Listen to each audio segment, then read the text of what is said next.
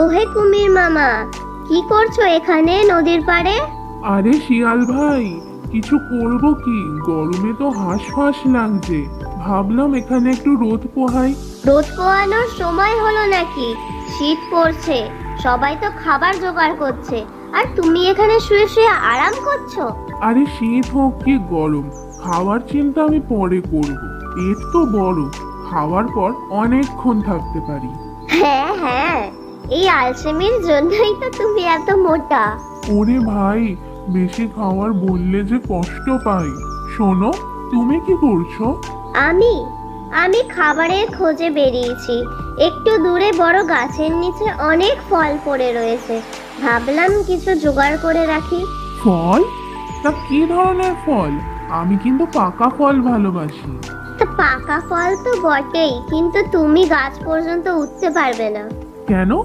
আমার দাঁত দিয়ে ফল নামিয়ে আনতে পারবো। আচ্ছা ঠিক আছে, একটা শর্তে আমি তোমাকে দেখাবো। কি শর্ত?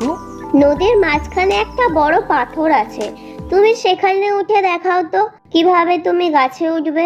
আরে এটা তো কোনো ব্যাপারই না, চলো আমি দেখিয়ে দিচ্ছি। তখন কুমির নদীর মাঝখানে সেই পাথরের ওপর উঠে পড়ল, আর শিয়াল কুমিরকে দেখে মুচকি হাসতে লাগলো।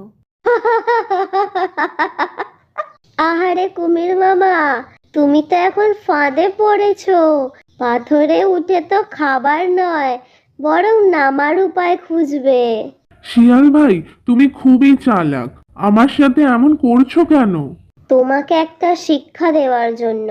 জীবনটা আলসেমি করে কাটালে কিছুই পাবে না। এবার নিজের মতো করে ফিরবার চেষ্টা করো।